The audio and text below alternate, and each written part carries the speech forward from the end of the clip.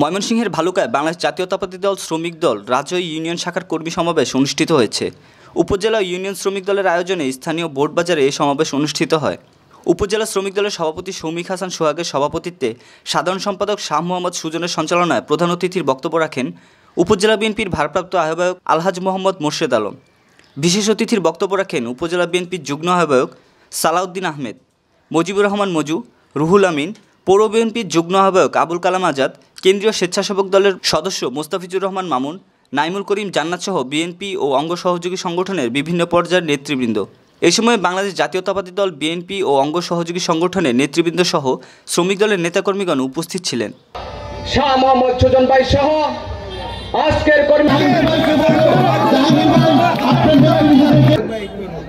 ভালুকা উপজেলা শ্রমিক দলের সিনিয়র যুগ্ম সাধারণ আগামী দিনে মোর্শেদ আলম সাহেবের হাতকে শক্তিশালী করতে হলে, মোর্শেদ আলম সাহেবকে বিমানাতে হলে আমাদের একটি ঐক্যবদ্ধ থেকে রাজুয়ের বাড়ি থেকে আমাদের বিপ্লবের সূচনা করতে হবে।